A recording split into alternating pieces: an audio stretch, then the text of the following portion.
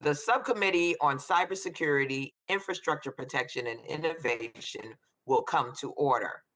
The subcommittee is meeting today to receive testimony on securing democracy, protecting against threats to election infrastructure, and voter confidence. Without objection, the chair is authorized to declare the committee in recess at any point. Good afternoon, everyone. I'd like to thank our panel of witnesses for participating in today's hearing on how we can secure our democracy against threats to election systems, as well as efforts to undermine voter confidence and faith in democratic institutions. So much has changed since this committee held its first dedicated election security hearing in 2019, which was already about 2 years too late. That's because in 2017, as the rest of us were waking up to grave security threats posed to our nation's underfunded, outdated voting systems, Republicans controlled the House. And despite multiple requests by committee Democrats to hold hearings on election security, the Republican chairman largely declined to do so, except for a single hearing on threats to elections and other critical infrastructure. Still, Democrats got to work. The Democratic Task Force on Election Security worked to find solutions and make investments to help state and local officials upgrade and improve systems. And when Democrats regained control of the House in 2019, this work did not cease. It accelerated. We secured funding for election upgrades at the state level and built up capacity at the federal level, empowering Cisa to work with election officials and other stakeholders to harden voting systems around the country. At the end of the day, we made enormous progress. Roughly 96% of voters used voter verifiable paper ballots, and the results were validated by legitimate, credible post-election audits in every swing state. Election security experts called the 2020 election the most secure in American history, in a year with historically high turnout during a global pandemic. It's hard to square that with what happened next. The outgoing president ratcheted up the disinformation campaign he'd been carrying out in open for weeks.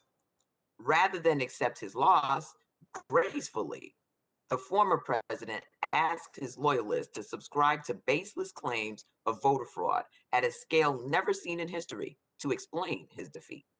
Despite the obvious absurdity and total lack of evidence, former President Trump was somehow able to parlay this message into a campaign so effective that he convinced 145 Republican members of this very chamber to vote against certification of the election results.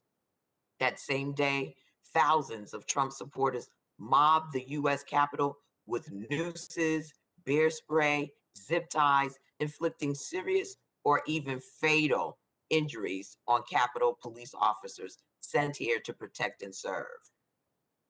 We, as a nation, will be dealing with the fallout from the 2020 election for a long time to come.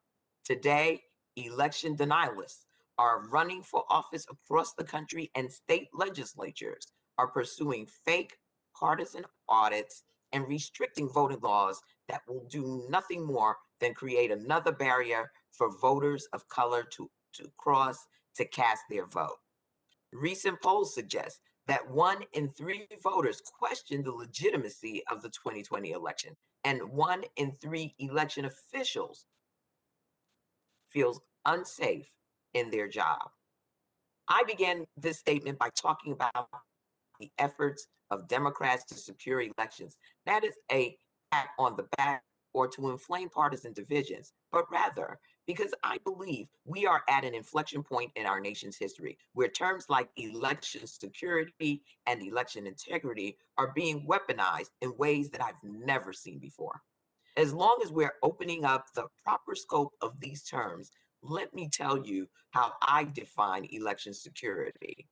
1, making sure that every eligible voter who wants to cast a vote is able to cast it. And 2, making sure that vote is counted as it was cast.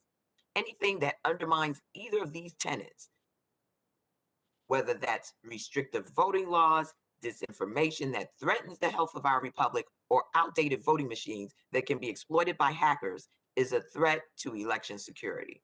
And that is why this hearing will cover the waterfront of issues that threaten secure elections today, even those outside of the realm of cybersecurity.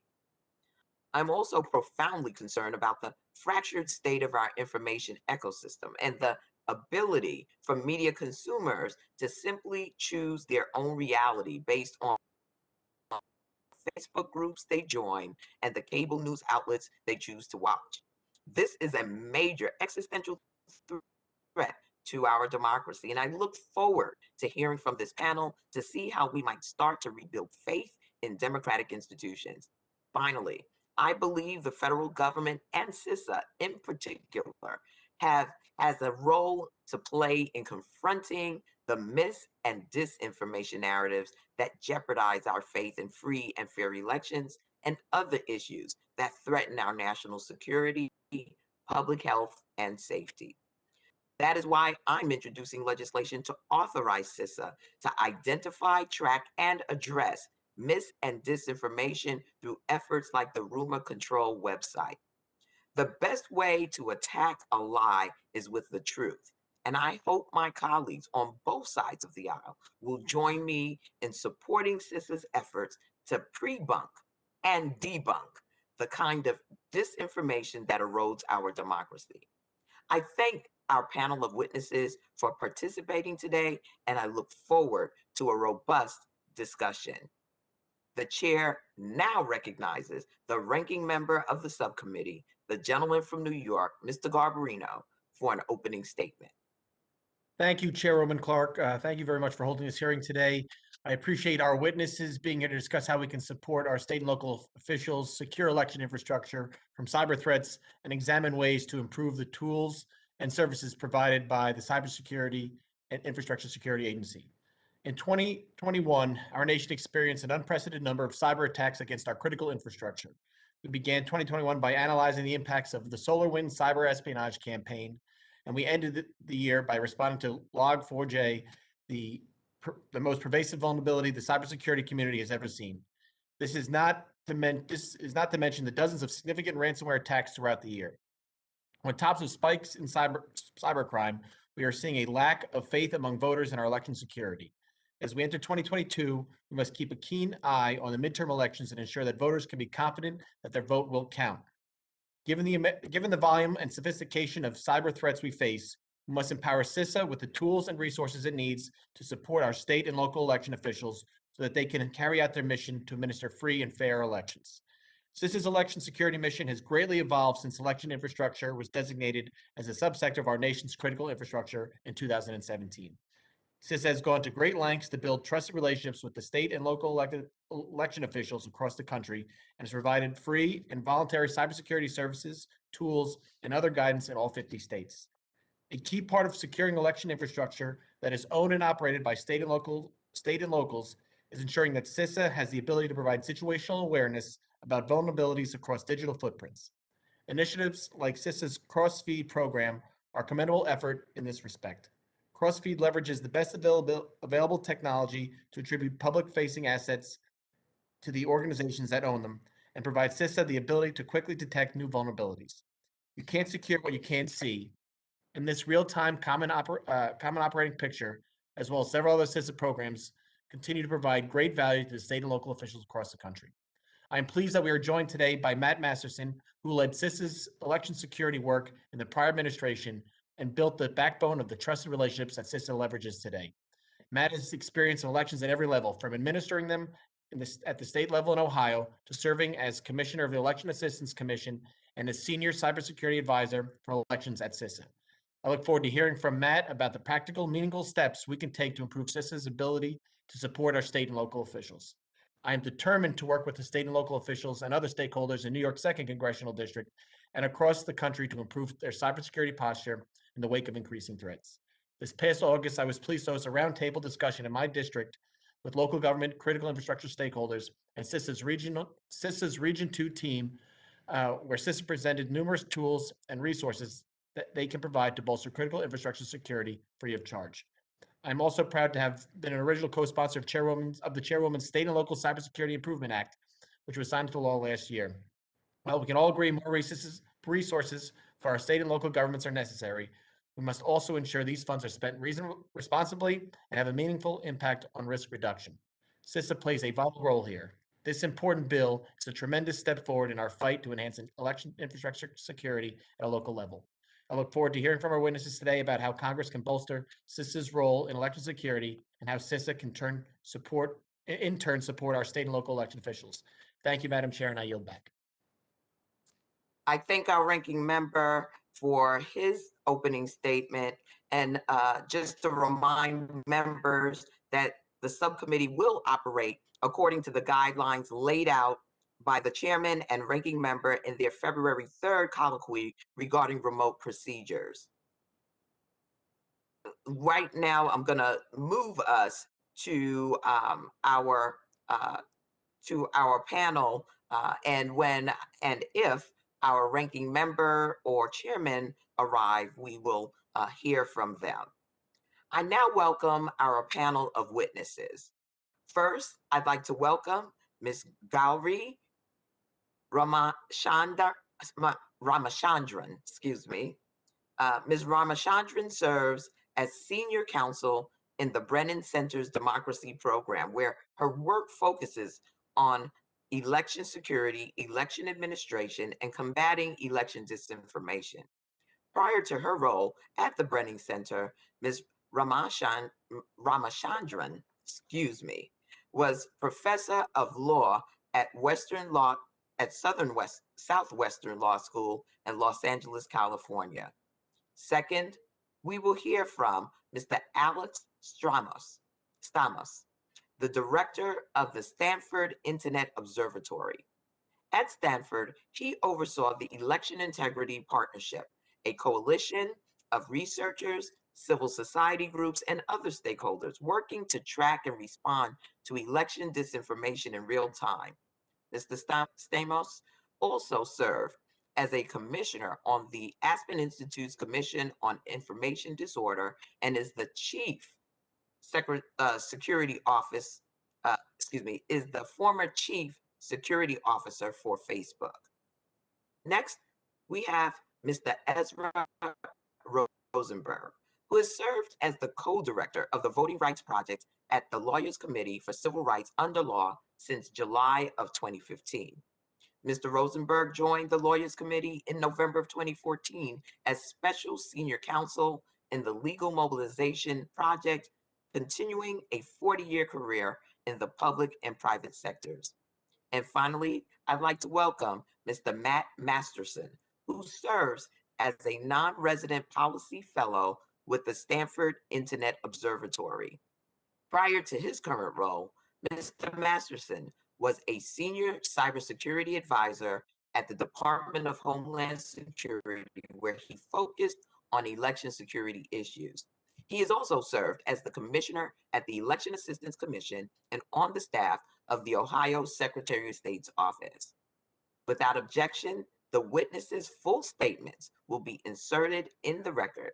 I now ask each witness to summarize his or her statement for 5 minutes, beginning with Ms. Ramachandran. Thank you for joining us. Chairwoman Clark, Ranking Member Garbarino, and members of the committee, thank you for the opportunity to discuss election security. The November 2020 election was widely considered the most secure in American history, but an anti-democracy movement fueled by the big lie poses serious threats to elections. Taking these threats seriously requires expanding upon recent improvements to election security. In my testimony, I will cover 3 topics. First, I will describe what went right in 2020. State and local election officials, CISA, the EAC, and voters themselves all played a role, with support from Congress helping to make it possible. Second, I will describe the threats that the election sabotage movement is posing to election infrastructure. Lies about the 2020 election not only undermine voter confidence, they also lead to tangible security risks to election systems and increase the risk of insider attacks. Third, I will address how election infrastructure can be bolstered against this threat through financial resources and incentivizing true election integrity measures like risk-limiting audits and rigorous election vendor security standards. In 2016, 1 in 5 voters cast their vote using a paperless voting system. But in 2020, an estimated 96% of voters used paper ballots. In fact, no swing state used paperless voting machines, and routine statutory tabulation audits were performed in every swing state. None found discrepancies that would have been sufficient to alter the outcome of the presidential election. In addition to this crucial move away from paperless systems, Cisa expanded its collaboration with state and local election officials. It provided vulnerability testing and trainings, shared information, and emphasized public education. For instance, in the fall of 2020, some Florida voters received threatening emails in the guise of a domestic far-right group that has promoted violence. The intelligence community detected the true source of the attack, alerted election officials, and held a joint press conference to let the public know the truth. The emails were actually coming from malicious actors associated with Iran. Election officials adopted resiliency measures, such as stocking emergency paper ballots in case of machine failure, to ensure that voters could exercise their rights even when there were sporadic polling place problems. And in some states, the many options for voting served as their own resiliency measure against the pandemic. These options allowed voters to spread themselves out among different voting methods and days. They also meant that money from Congress was crucial. After this success, what lies ahead? The continued lie that the 2020 election was stolen is not only undermining the public's confidence, it is also threatening election infrastructure directly through sham partisan reviews and insider threat risks. Sham partisan reviews have provided unmonitored election equipment access to biased, uncertified partisans. In fact, decertification or decommission of equipment has been necessary after multiple sham reviews across the country. Ballot security breaches have also been damaging. Anti-democratic forces are also undermining a once broadly shared commitment to competent and nonpartisan election administration. Many election officials committed to fair elections are resigning or being pushed out in the face of myriad attacks and pressures. Moreover, given that almost 1/3 of Americans still believe the big lie, it's unsurprising that some minority of election officials, and likely even some employees and vendors who support their work, themselves buy into election conspiracy theories. Unprecedented amounts of money are being spent in campaigns for election administration jobs, with election denialism for and against being treated as a key issue. What happens if officials and election personnel fall victim to these falsehoods? We're witnessing the first glimpses now. In Colorado, a county clerk with connections to election conspiracy theorists gave unauthorized access to the county's voting systems. Photos of passwords for the voting machine software ended up online. These security risks are alarming, but they can be mitigated. It should go without saying that all levels of law enforcement should enforce existing laws against threats, especially when election personnel are intimidated. Congress can work to combat doxing and provide for physical security and training. When it comes to insider threats, well-accepted best practices already exist. They include restricting and logging access to critical systems, monitoring through video surveillance, background checks, and choosing vendors that also employ good practices. This all costs money, and Congress should help. Routine tabulation audits, in which a sample of ballots are hand counted and compared to machine counts, help to guard against a variety of threats, including insider threats. And requiring risk-limiting audits in federal elections has received bipartisan support in the past. Our election infrastructure is strong, but it is facing a growing anti-democracy threat from within. Congress can lead the way on protecting democracy from that threat by investing in true election integrity measures. I thank you, Ms. Ramachandran, for your testimony, and I now recognize Mr. Stamos to summarize his statement for 5 minutes. Thank you very much, Chairwoman Clark and Ranking Member Gambarino for having me here. Ladies and gentlemen, thank you so much for holding this hearing. It's an honor to be here with these incredible experts in election integrity and infrastructure security.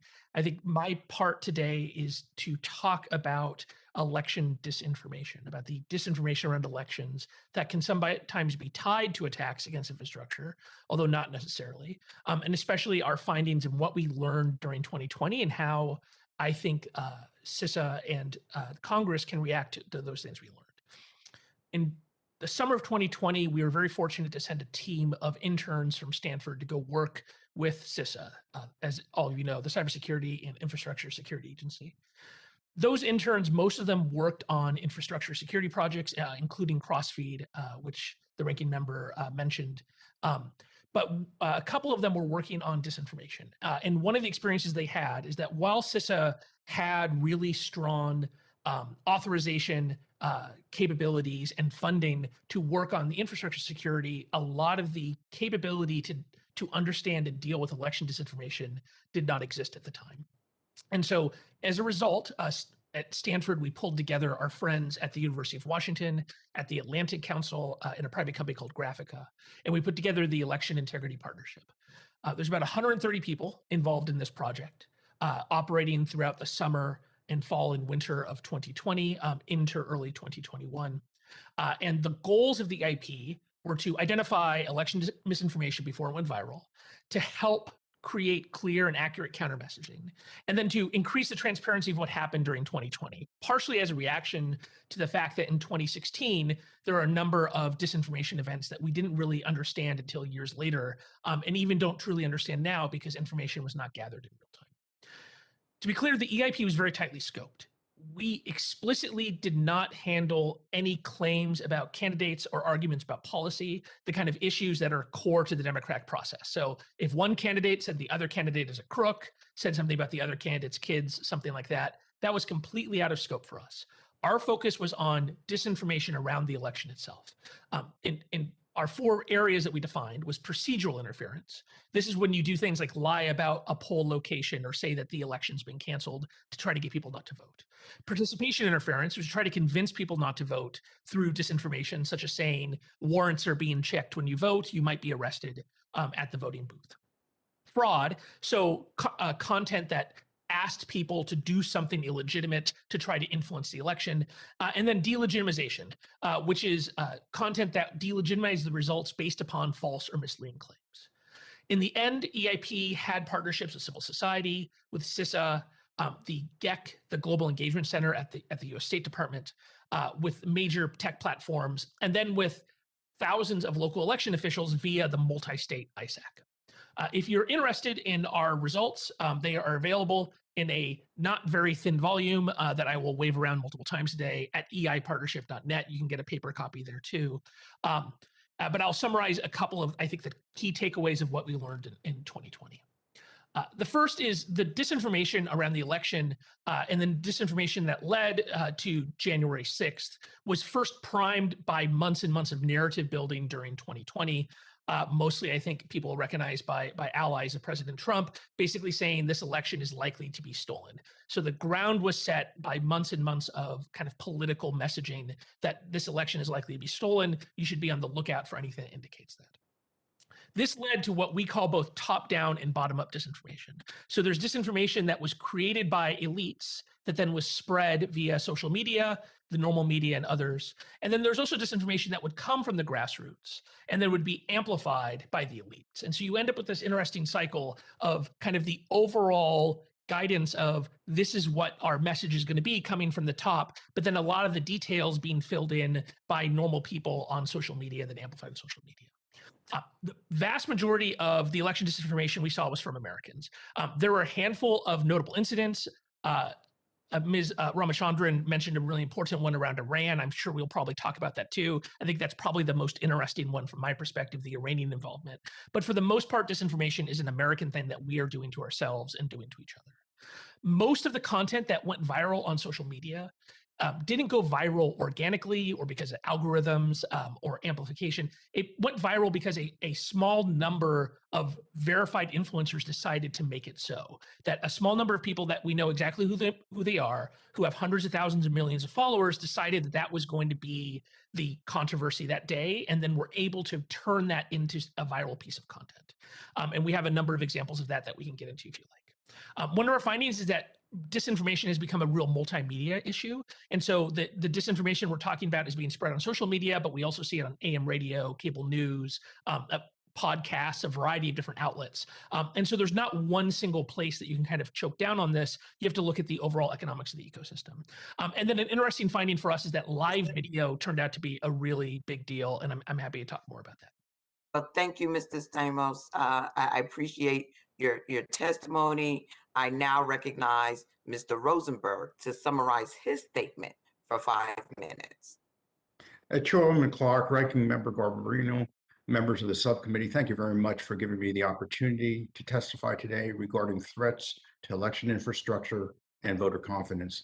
My testimony is going to focus on the second part of the equation, the threat to voter confidence, and in particular, the danger of fabricated claims of lack of voter confidence in our elections being used not to ensure that elections are secure or run with integrity, but as a pretext to suppress the right to vote of millions of voters, predominantly voters of color.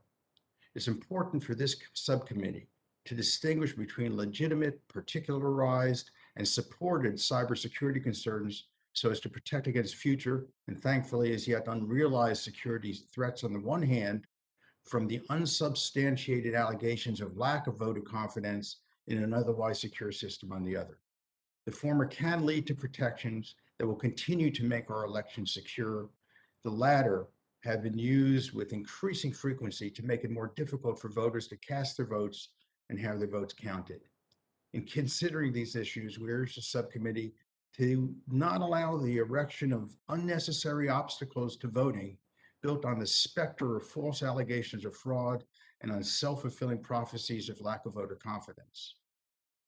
Although the right to vote is essential to all Americans, it is perhaps most important to those populations to whom it had been historically denied. As Dr. King put it, it is civil right number one. Unfortunately, before the ink was dry on the ratification of the 15th Amendment that guaranteed the right to vote to all Americans regardless of race, there were those who used every means at their disposal to stop Black voters and other voters of color from voting. It took more constitutional amendments and landmark legislation like the Voting Rights Act of 1965 to stop practices such as poll taxes and literacy tests and all-white primaries that had prevented voters of color from voting. The progress gained by these laws was great, but those who wanted to stop voters of color from voting were not deterred. For a few decades, they were severely hampered by Section 5 of the Voting Rights Act, which prevented those jurisdictions with a documented history of discrimination in voting from implementing changes in election practices without pre-clearance from the Attorney General or the court. But Section 5 was effectively gutted by the Supreme Court in its decision in Shelby County versus Holder. Now, all this is a preface to what's happening today. Literally from the second Shelby County was handed down, states formerly covered under Section 5 have used the supposed lack of voter confidence as justification for their implementation of election practices that make it demonstrably more difficult for voters of color to vote. First, they claim that their new practices are necessary to stop fraud when there is no evidence of fraud. Indeed, the minute number of alleged fraudulent ballots is far outweighed by the thousands of voters for whom voting is made significantly more burdensome in the name of the fiction of fraud. Then, where they cannot prove fraud, they point to public opinion surveys, which they say demonstrate the lack of voter confidence in the system, necessitating stronger protections. But these survey results are themselves the result of the lies, both big and small, spun by those who would use such pretexts to justify their imposing burdens, making it more difficult for certain people, predominantly people of color and lower income people, to vote. This happened in Texas in the failed attempt to implement a discriminatory photo ID law, and it's happening today, where, spurred by the lies that the 2020 presidential election was stolen, including bogus claims of voting machine irregularities, laws have been passed in dozens of states, making it more difficult for voters of color to vote. The biggest threats to voter confidence are these lies.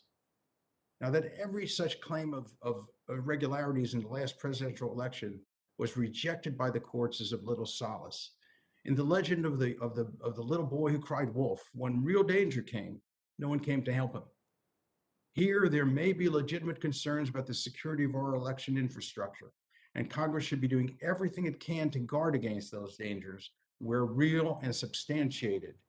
It should not be led off course by the pernicious lies of the boy crying wolf, and it should not permit the so-called lack of voter confidence fostered by those lies to perpetuate discrimination against voters of color. Thank you.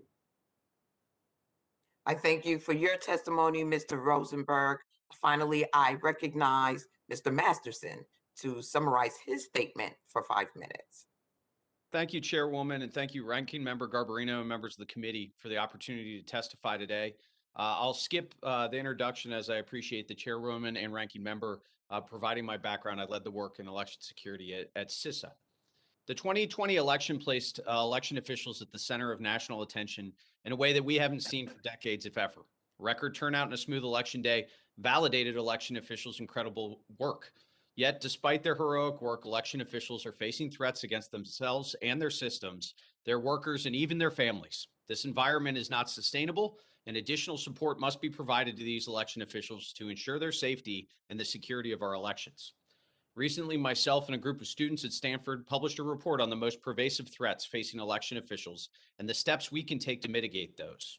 Those threats included physical threats against election officials, the undermining of confidence in election results through a now well-defined playbook available to both foreign and domestic actors, and inconsistent funding and a lack of governance structures around elections information technology.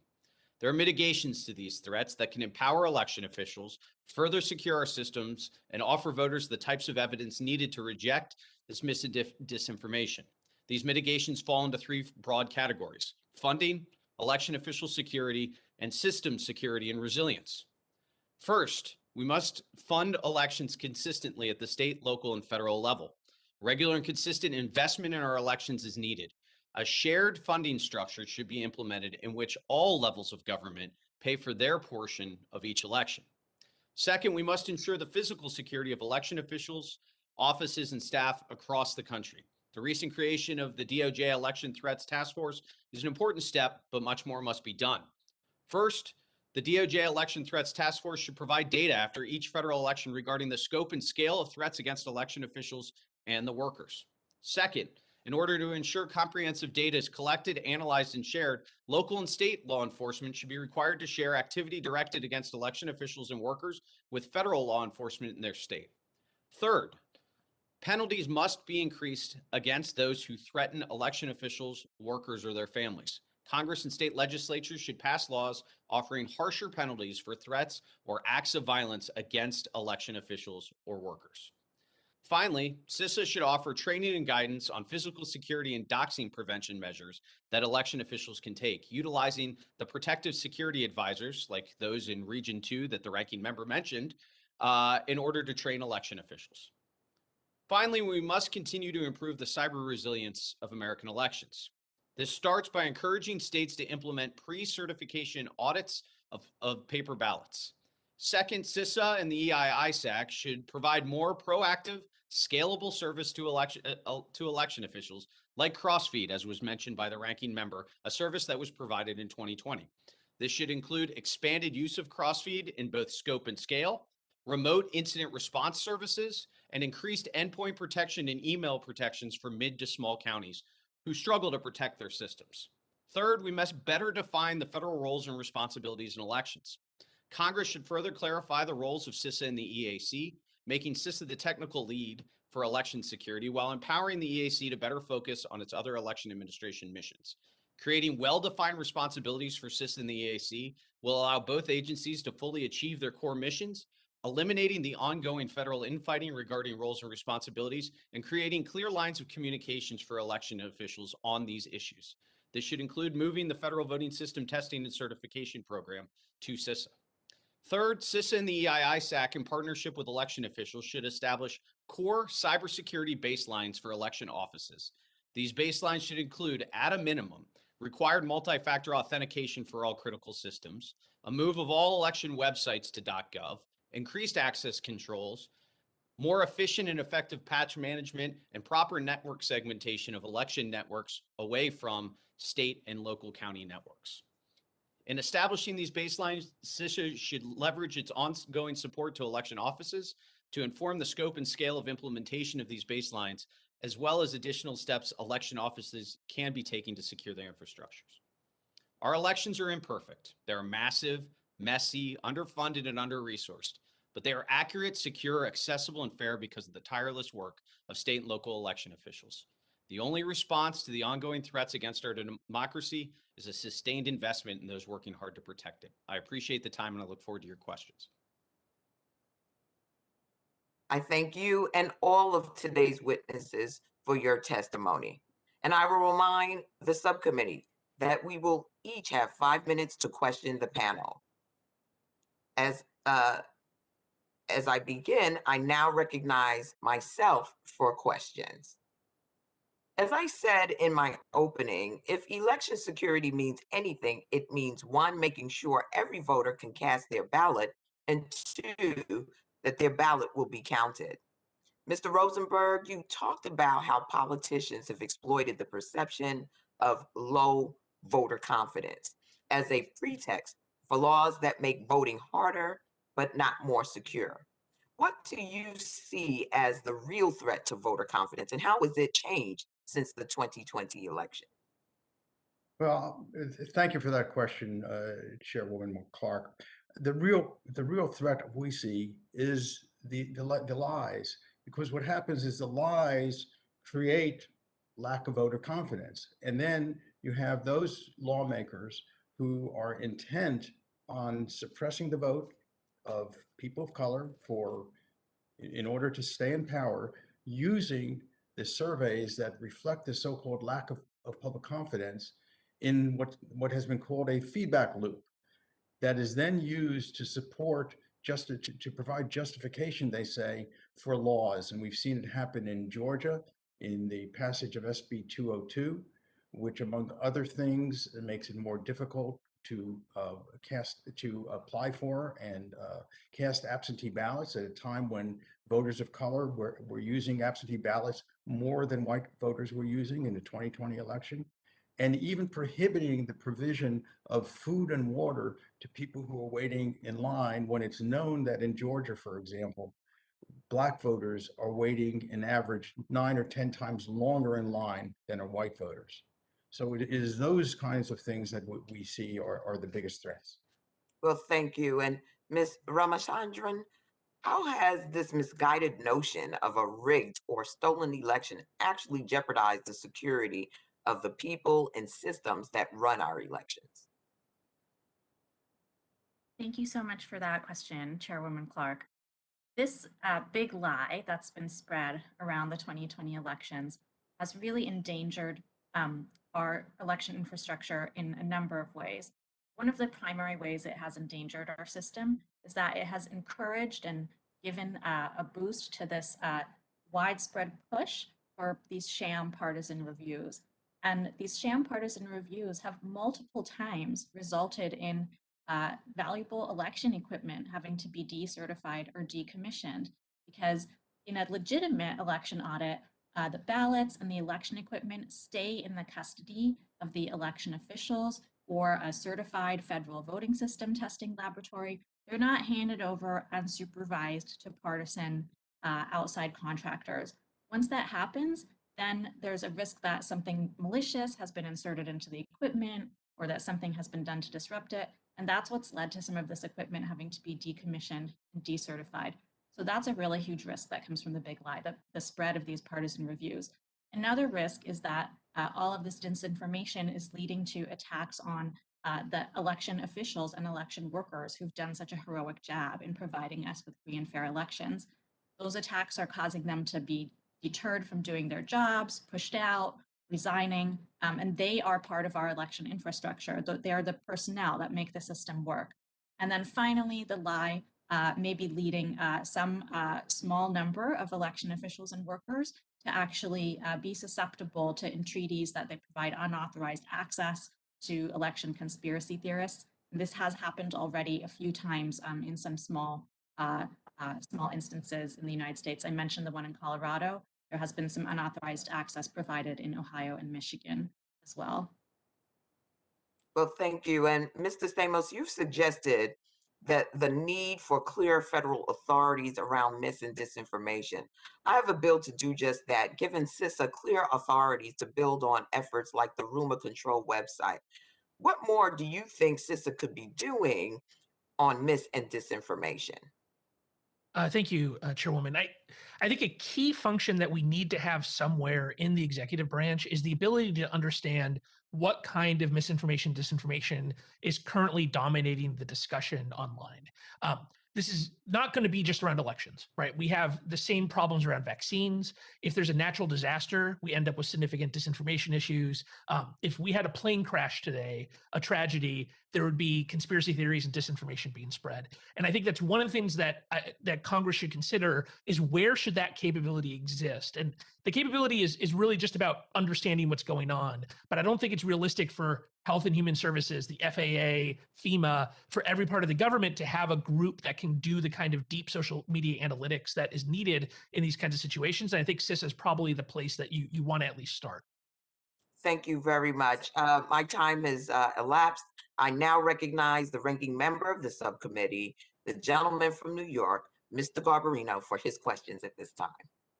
Thank you, Chairwoman. I appreciate all the witnesses' testimony so far. First, I want to start with Mr. Masterson. You have, as we've talked about with your bio, you have firsthand experience administering elections at the state level. State and local, and as you know, state and local election officials play a tremendous role in facilitating secure elections. On top of this already complex and burdensome responsibility, officials in New York are now faced with the difficult task of allowing non-citizens to vote, thanks to the new mayor, New York City Mayor Eric Adams' decision to grant more than 800,000 non-citizens the right to vote in municipal elections. Uh, the New York State Constitution is clear; its citizens are the ones who have the right to vote. But my question to you is: what are your thoughts about allowing non-citizens the right to vote?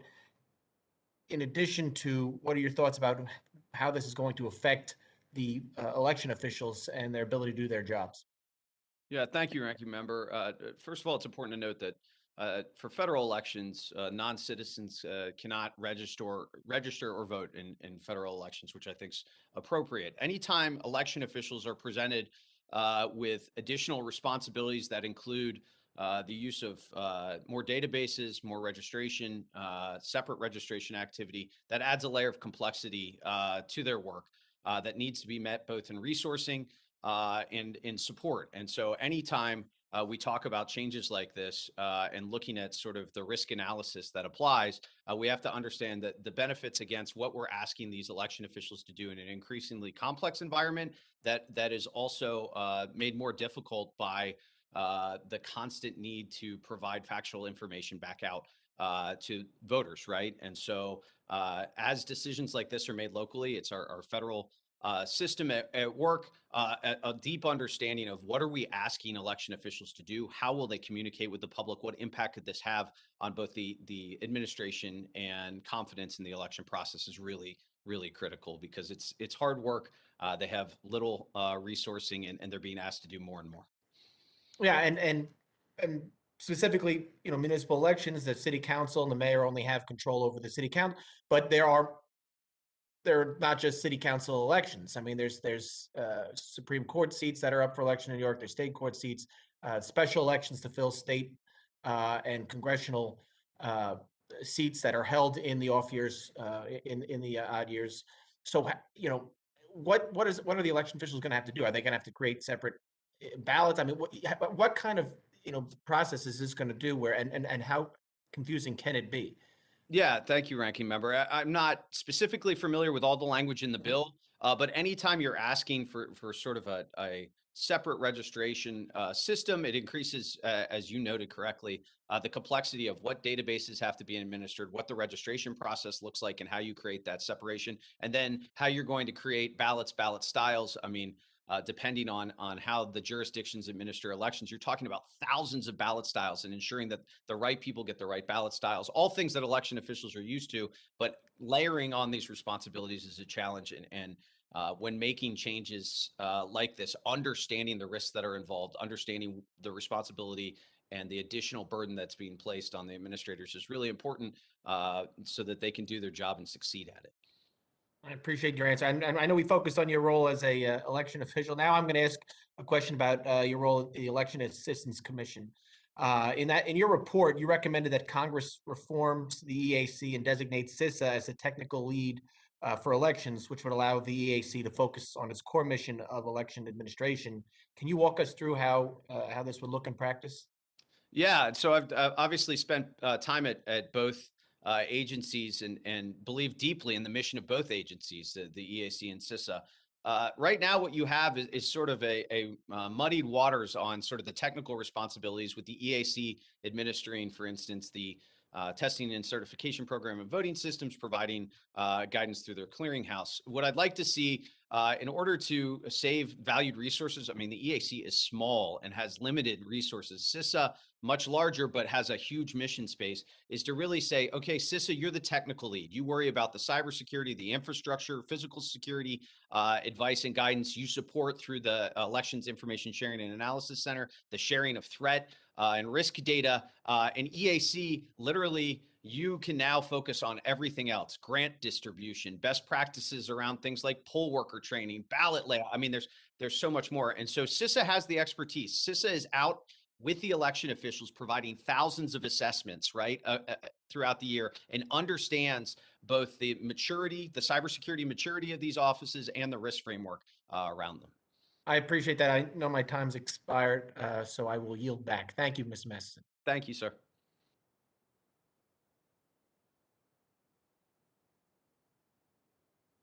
Thank you very much, Ranking Member. The chair will now recognize other members for questions they may wish to ask the witnesses.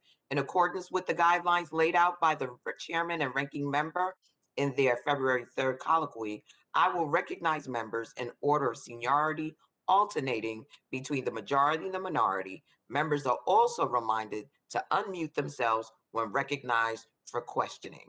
The chair recognizes for 5 minutes the gentlewoman from Texas, Congresswoman Sheila Jackson Lee.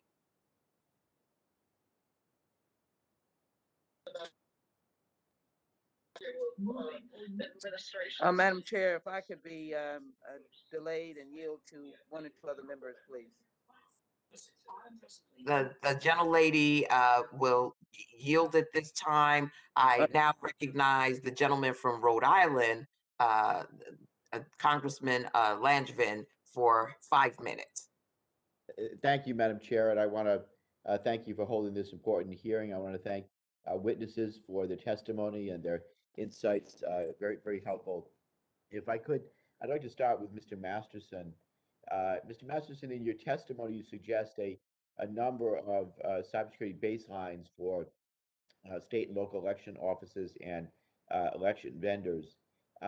What is your assessment right now of the current technical capacity of relevant state and local stakeholders to implement these kinds of cybersecurity measures, and how can the federal government assist to build technical capacity where it's needed? Yeah, thank you, Representative, and thank you for your service and support for cybersecurity work and challenging us at CISA throughout the election on the work that we were providing and support we were providing to election officials. I really appreciate it. The current state is we've come a long way since 2016 and 2017, the declaration of elections as critical infrastructure. We see more multi-factor authentication across election offices. We see more network segmentation and database security access controls in place. And that bore out in 2020 with the security of the 2020 election. But the reality is, as you know, sir, well, this is not something that you ever finish, right? It's a constant evolving process to secure the systems against ongoing evolving threats. And so what CISA could do is really reach that last mile, those mid to small counties that have little to no IT support, that are doing the best that they can with the resources they have, and really identify, one, those baseline practices, get those in place, and then two, help them respond to emerging threats like we've seen with things like SolarWinds or other vulnerabilities. Really push that information out and help them mitigate the vulnerabilities that may be present in their systems. And the way to do that is utilizing their field forces in combination with something like Crossfeed, which proactively scans and looks for those types of vulnerabilities so that they can alert those jurisdictions. You have this, we're here to support. Very helpful. Thanks for the insights and for your work at Cisa as well. To all of our witnesses, I want to just turn to election software supply chain, if I could. And again, all of the witnesses, what capabilities do state and local entities currently have to evaluate the security of the software supply chain for voting infrastructure? And are there opportunities for Congress to support improvements to those capabilities? If we could start with Ms. Ramachandran, and then work our way down the line, that'd be helpful. Thank you so much for your question. Unfortunately, state and local election officials don't have a federal framework for security standards for election vendors to rely on to help them ensure that they're choosing vendors that are following best practices in terms of supply chain risk management. One way for Congress to be helpful in this would be to either mandate or incentivize rigorous election vendor security standards. For instance, Congress could limit the use of federal funds for elections to those vendors who agree to meet certain cybersecurity personnel and supply chain best practices. Those could be promulgated by Cisa, for instance, with perhaps the assistance of the Election Assistance Commission. This would be one way to really sort of help beef up and incentivize the choice of good vendors.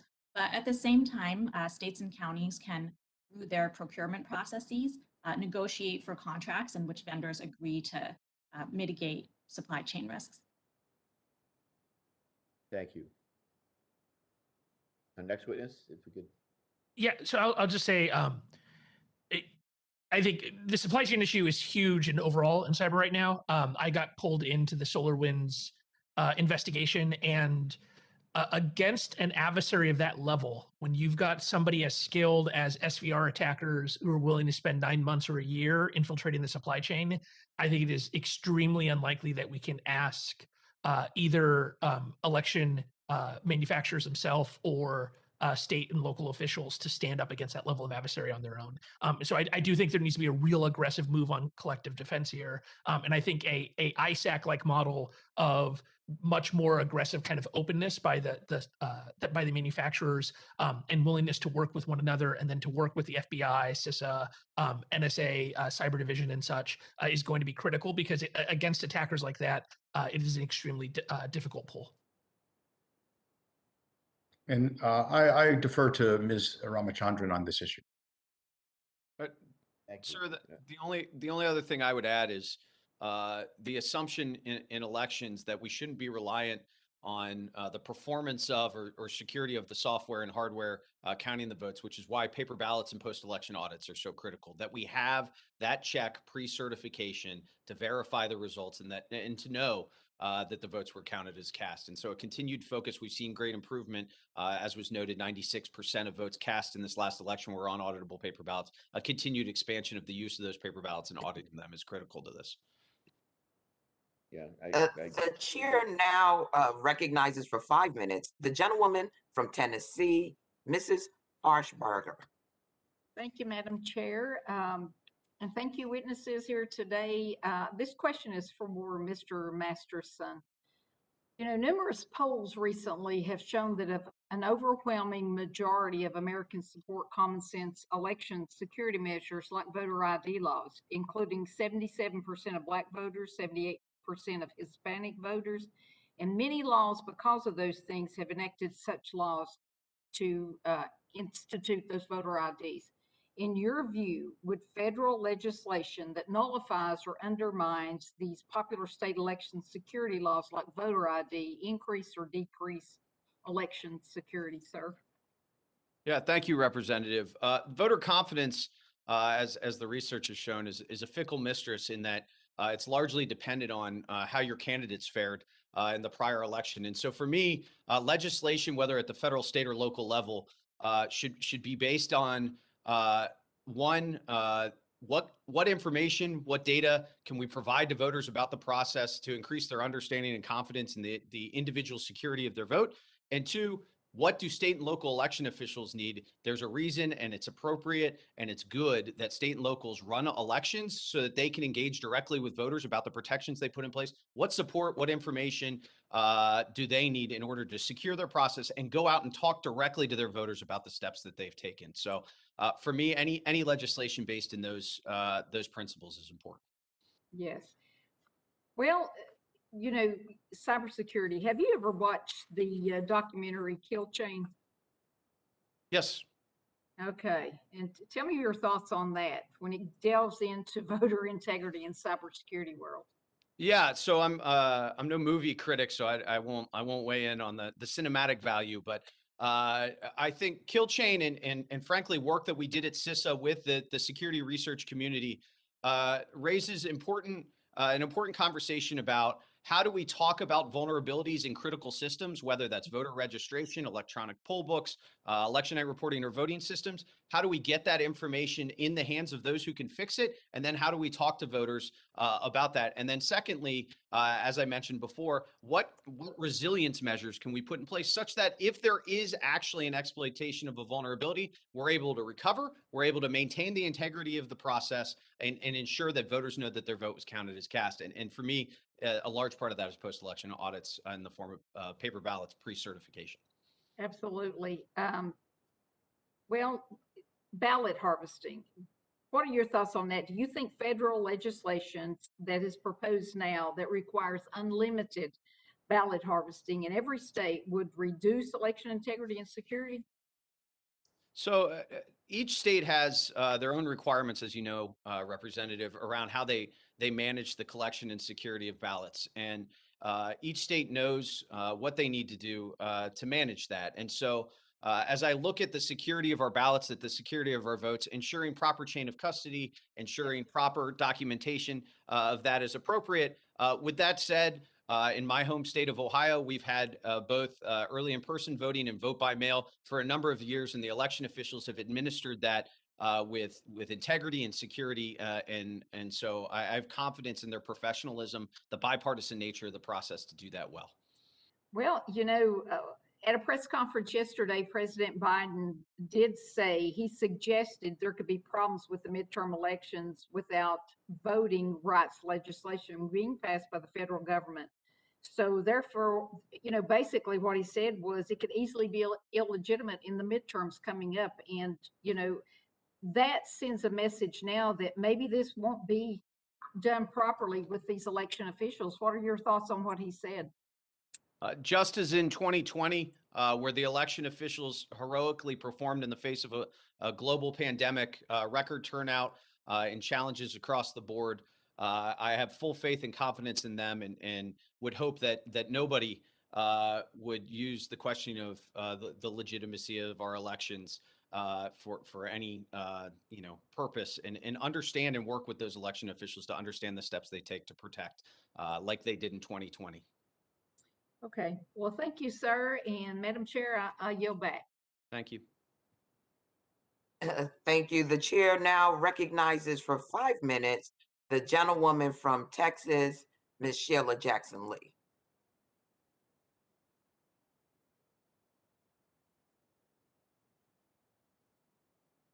Thank you very much, Madam Chair, and thank you for an important hearing and an important statement on the importance of voting integrity and security. I do my questioning in the backdrop of a tragic and unfortunate action on the floor of the United States Senate, when I think those who voted obviously misinterpreted their responsibilities in securing democracy. But part of that, of course, is the infrastructure. And I want to begin the brief time that I have for my questions to at least note that the elections representative under the past administration clearly made sure that there was no fraud in the 2020 election of any sizable amount. In addition, there was no fraud of any sizable amount by indicated by the Republican Secretary of State in the state of Texas. But yet we have been the victims of a brutal scheme of purging voters, of establishing new crimes in voting, and a number of impediments to mail-in voting, impediments to early voting. And so even aside from the infrastructure, we are rife with the challenges that we would have. So let me indicate for all witnesses, based upon the fatal attack on the U.S. Capitol on January 6th, that demonstrated the very real potential for false narratives about a stolen or rigged elections to incite real-world violence. In the weeks before January 6th, former President Trump waged an outright overt disinformation campaign explicitly designed to overturn the democratic will of the people. To the persons on this panel, how have the events of January 6th and corresponding threats of attacks on other state capitals or to individual election officials changed the way you think election misinformation? That is obviously technology and the big lie narrative. How might this narrative metastasize over the course of this year and before the presidential election? I'd appreciate it if starting with the Mrs. Gauri Ramchandran, if I have it right, starting with you, please, of Brennan Center, and then Alex Ezra. Thank you so much for that question. It's interesting that you know that the misinformation and disinformation campaign led to violence on January 6th and asked about how it has metastasized. Since January 6th, 2021, we've seen many election officials also being subject to threats of violence, harassment, real physical security risks.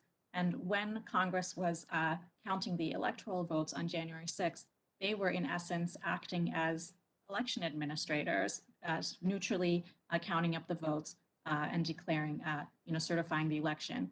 So I think it's really a continuous chain of threats of physical violence against those who are attempting to respect the will of the voters. And it really amplifies the need for increased physical security protections for election administrators. Did you, I'm sorry. Yes, just proceed and also emphasize, thank you, the issue of disinformation technology that can also be threatening. Thank you. Yes, Congresswoman. So something that has changed and progressed since January 6th is the actions the major platforms took to finally enforce a bunch of rules that were on the books, but that were not aggressively enforced before January 6th, has meant there's been a fracturing of the social media landscape upon which these things happen. So we have a really significant growth of alternative platforms that are much more radical and that have almost no content moderation at all, as well as a move of a lot of this content to point-to-point messengers, most notably Telegram, which has both kind of small group as well as more amplifying components to it. And so the net effect of that is that our ability to understand what's going on is actually much reduced versus where we were in 2020, because most of these platforms have no official way to study them, and we don't really have the legal frameworks in place to authorize either the government or independent groups like our own to be working on this, which is why we've been pushing for transparency legislation that I would love for Congress to take up. And I would just add one thing, Congressman Jackson Lee, and it's really has to do with your state of Texas, which has this unfortunate history of intimidation against people of color when they're voting. And SB 1, which is Senate Bill 1, which was passed this year, gives partisan poll watchers virtually untrammeled access to polling places that will increase the opportunity for that kind of intimidation, while at the same time it criminalizes any obstruction with the partisan poll workers by election judges. And that to me is a very serious thing, particularly in light of the events of January 6th. Those are really sharp evidences of an attack on the election infrastructure. And the cyber question, and I'm grateful to the chairwoman for this hearing, is out of control and will continue to be if we do not, as you've said, provide transparency and also some framework for the utilization during election periods. The chair now recognizes for Thank 5 you. I yield minutes. back. Thank you. The chair now recognizes for 5 minutes the gentleman from Georgia, Mr. Clyde. Thank you, Madam Chair. The statement that the November 2020 election was the most secure election in American history, that, in my opinion, is the big lie. That is what we heard in my own state of Georgia. But now we are finding out about massive ballot drop box stuffing, ballot harvesting happening between 2 a.m. and 5 a.m. in the morning. Who takes their ballot down and puts it in the drop box between 2 a.m. and 5 a.m. in the morning? Where one person has admitted to being paid $45,000 to harvest 4,500 ballots. That's $10 a ballot. And that's only one person. They brought evidence to indicate that over 240 people were involved. And if they all harvested only 1,000 ballots each, that would be over 240,000 ballots. And the 2020 election is called the most secure in American history. No, I'm sorry, but that is the big lie. So I have a couple of questions for you now. Ms. Ramachandran, do you believe that photo IDs used to verify voter identity increase election security? Just yes or no would be fine. No, I don't believe photo ID is necessary. So you don't believe that photo ID increases election security. Okay, that's fine. Mr. Alex Demos, if you would tell me, do you believe that photo ID increases election security? It's not really my area, sir. I'm sorry. I don't have an opinion. You don't have an opinion on voter identity. Okay. All right. Mr. Rosenberg, I believe, if I remember correctly, that you made a comment in your statement that you called photo ID discriminatory against people of color. So do you believe that photo ID increases election integrity or election security? ID used to verify voter identity? Congressman, there is no evidence of in-person voter fraud, which is the only thing that voter ID protects against. And in Texas. Okay, so just yes or no. Yes or no is my question to you. No, I do not believe it increases security because there's no evidence of in-person. Okay, all right, thank you. So you're a no. Mr. Masterson, do you believe that voter ID increases election security by verifying a voter's identity? So each state has their own identification requirements for each part of the process, and I trust the state and local election officials to understand what they need to do. Okay, so you don't have an opinion then? I mean, each state sets it and follows it, and my opinion is that they understand what their voters need and how they have to secure the process for each part of the process. Okay, all right. Okay, well, that definitely tells me where each of the witnesses stand when it comes to voter ID. You know, we use government issued picture ID for many things to verify exactly who you are. I couldn't fly here without showing a valid picture ID to TSA at the airport. In fact, even to go eat now in Washington, D.C., you have to have a valid picture ID and a vaccination card to show who you are and the fact that you're vaccinated. And the number one thing that our Constitution protects, and that is one person, one vote. And, you know, for folks not to think that voter ID is important is just stunning to me. But Mr. Masterson, during your time at Cisa, you spent most of it speaking directly to state and local election officials about their cybersecurity capabilities and what resources they need to secure their systems. So what CISA services had the greatest positive effect on election security, in your opinion? Yeah, I appreciate the question, Representative. In my opinion, those services that we provide at no cost out to those mid to small counties, including some in your home state, that allow them to identify possible vulnerabilities in the systems and mitigate those vulnerabilities. So cyber hygiene scans, penetration testing, crossfeed, those types of services. And then the biggest benefit that I think we provided was the establishment of an information sharing and analysis center where all election officials have access to ongoing threat and risk information. Okay, are there any specific services that CISA should be looking to expand or add? Absolutely, I appreciate that, Representative. The first is expanding crossfeed, both in scope and scale. So scanning for additional connectivity, including working with voting system manufacturers to look online if voting systems are connected. The second is looking to expand remote incident response services and email security. How can they help support better email security, working with state election officials, because we see email as high risk and exploited often in these mid to small counties. Okay, thank you very much. I appreciate that. And Madam Chair, I yield back. Thank you. The chair now recognizes for 5 minutes the gentlewoman from Michigan, Ms. Slotkin. Thank you, Madam Chairwoman. Thanks to all our witnesses for joining us. The thing I want to talk about is the threats of violence to our election officials. That is something that I'm from Michigan. It's just been the kind of thing that's really infected our electoral process, and I fear is actually dissuading people for running for clerk, which means people are just not going to participate in upholding the democracy. So the example I have here is Tina Barton. She was a Republican elected clerk in Michigan, in one of my bigger cities of Rochester Hills. She corrected like a clerical error in 2020 on election night.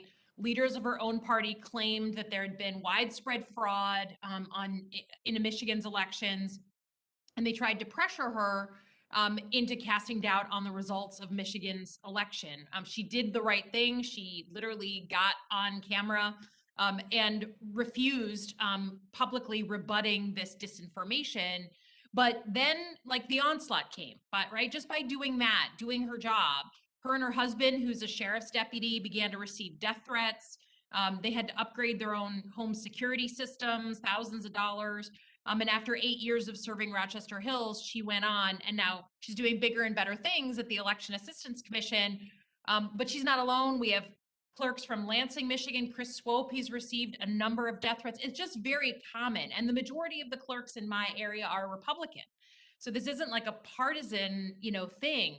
So I would love, maybe Mr. Masterson, starting with you. You've laid out some things that Cisa and DOJ can do to protect election workers, but just tell us what works. Like, what actually works to protect the people at the ground level who are on the receiving end of this vitriol? Yeah, thank you, Representative. Accountability works. We need to see those who are threatening election officials, their families, workers, private industry workers in elections. We need to see them held accountable. We've seen surprisingly little indictments or enforcement against these folks. So it starts with accountability. And then secondly, additional resources, allowing these election officials, for instance, and judges, law enforcement officers get this benefit in many states, but protecting their personal information, right? So there are laws that could be passed to ensure that doxing is at least difficult or hard to do against these folks. So those are the two things that I think of immediately that would help. Great. And then I think maybe for you and Mr. Stamos, I have this, we're all talking about how to make sure that our kids know what's real information and what's disinformation. And I hear all the time from moms, like, how hard it is to tell their kids where they can reliably get information and how to teach them. So I have a bill on digital literacy for kids. Again, what works? Like, what are the tools that I should be telling moms to use to help their kids, tell fact from fiction? Mr. Stamos, do you want to start? Sure. For the work I do, when we talk about kids, I think a key thing to work with your kids is who they're interacting with online and to keep kind of a presence in their online browsing experience. I think that there's way too many, I'm a parent of 3. It's really easy for us to give our kids kind of free range and access. And that's both risky from a kind of interpersonal perspective and some of the things that happen to kids when they run into bad folks online, but then also their consumption of information. My sons watch a lot of YouTube, and there's a lot of videos there that aren't so accurate, and we have to have discussions about it. So I think just being part of your kid's life and looking over their shoulder is a big thing. The other issues really are parents, for those of us in this rough age range. And that's when we talk about the disinformation around elections and such, there's actually a real issue about older folks there. And for that, I don't have any good solutions. Mr. Masterson, any quick comments? Yeah, just the other thing is establishing the trusted sources, the trusted voices. Secretary Benson in Michigan's done a tremendous job with this, pushing out factual information about the elections. But then we need amplifiers, those trusted voices in communities, including getting kids involved. We know there are lots of opportunities at state and local level across the United States for kids to serve as poll workers or to volunteer, depending on age. And so how do we get them into the elections process, into our democracy early, so that they can understand how it works, have more confidence, and be participants as they reach voting age? Great. Thank you, Madam Chair. My time is up. I yield back. Thank you. And with that, I'd like to thank our expert witnesses for their valuable testimony and the members for your questions today. There's still a lot more to unpack in this space. I want to thank the ranking member for his partnership in this endeavor. And let me just say that the members of the subcommittee will who may have additional questions for the witnesses. I ask that you respond expeditiously and in writing to those questions. And the chair reminds members that the subcommittee records will remain open for 10 business days. Without objection, the subcommittee today stands adjourned. Everyone stay safe and stay healthy. Thank you.